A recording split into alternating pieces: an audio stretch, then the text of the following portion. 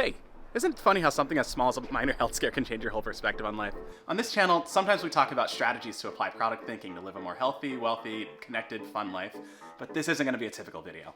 Let's talk about it. So last Saturday, I wore a new pair of Toms to work downtown from a coffee shop.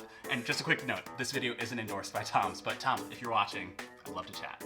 Later that night, the tops of my feet had started itching, and by Sunday, they were burning with rashes, and on Sunday night, blisters had formed. On Monday morning, those blisters had grown enormously, and they hurt. So after searching the internet, I tried rubbing a paste of baking soda and water on them to relieve the pain, because Google, and that did help relieve the pain, but by Tuesday, they were massive. And I'm not gonna show you what it looked like because I know that you just ate, but use your imagination.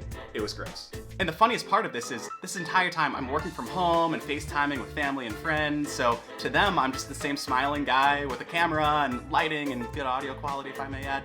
And I'm like, hey, welcome to the meeting. While out of frame, my feet are turning into what looks like the origin story of the next Marvel Cinematic Universe film or something. It's so interesting how in this day of remote work and remote connection, it becomes so much easier to hide behind the screen and not really get a sense of what's happening outside the frame with people's lives. So I hobble over to the urgent care to see a doctor, and the first thing she says is, and starts asking all these questions about the shoes and what I've been eating lately and any changes in activity, and after about 15 minutes she says, I'm stumped, which is not what you want to hear a doctor say.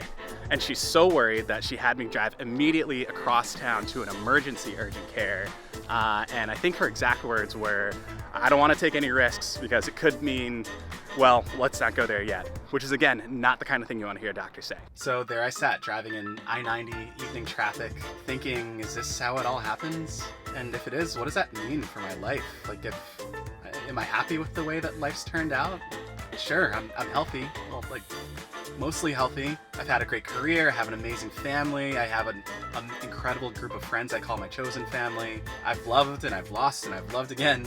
And gosh darn it, I've had a lot of fun in life. But what if it was all coming to an end? Would I do anything differently? I saw myself telling my family and my friends, my partner, my mentee, my manager that I was leaving, it's not you, it's me. And they all start crying. But I had to stop myself because I was catastrophizing. So Brene Brown has this term called catastrophizing. It's when we fantasize about catastrophe, maybe in hopes that it will prepare us for the worst. But the thing is, if you've ever lost someone, you know that no amount of fantasy can ever prepare you for that. So instead, I tried to spend the rest of my drive just thinking about what I'm thankful for. So I limp into super urgent care, which for the record, like, I've never even heard of. I was thinking, I think this is probably where they send you, and then you don't hear back from people once you go there. So that's not great. And I go in, they've already prepared a room for me. There's a little Ron placard on the wall, and a doctor comes in, and she gasps. And so she starts asking all these questions of what have I been eating lately, and any changes in diet, and exercise, adult activity, allergies, new skincare product, and she's stumped. So she goes off and calls in another doctor, so he comes in, and he says, now they're both like, they're taking pictures of it and sending it around to other doctors in their network and sending it to dermatologists. And at this point, I'm becoming kind of worried. Man, okay, I just have to take a second and look. Man, this place is beautiful. Hi, hello. Man, Seattle. We don't get a lot of good days, but when we get good days, we get some good days. Woo! So an hour goes by, and they come back, and finally they've reached a conclusion. The rashes were probably an allergic reaction to something, Tom.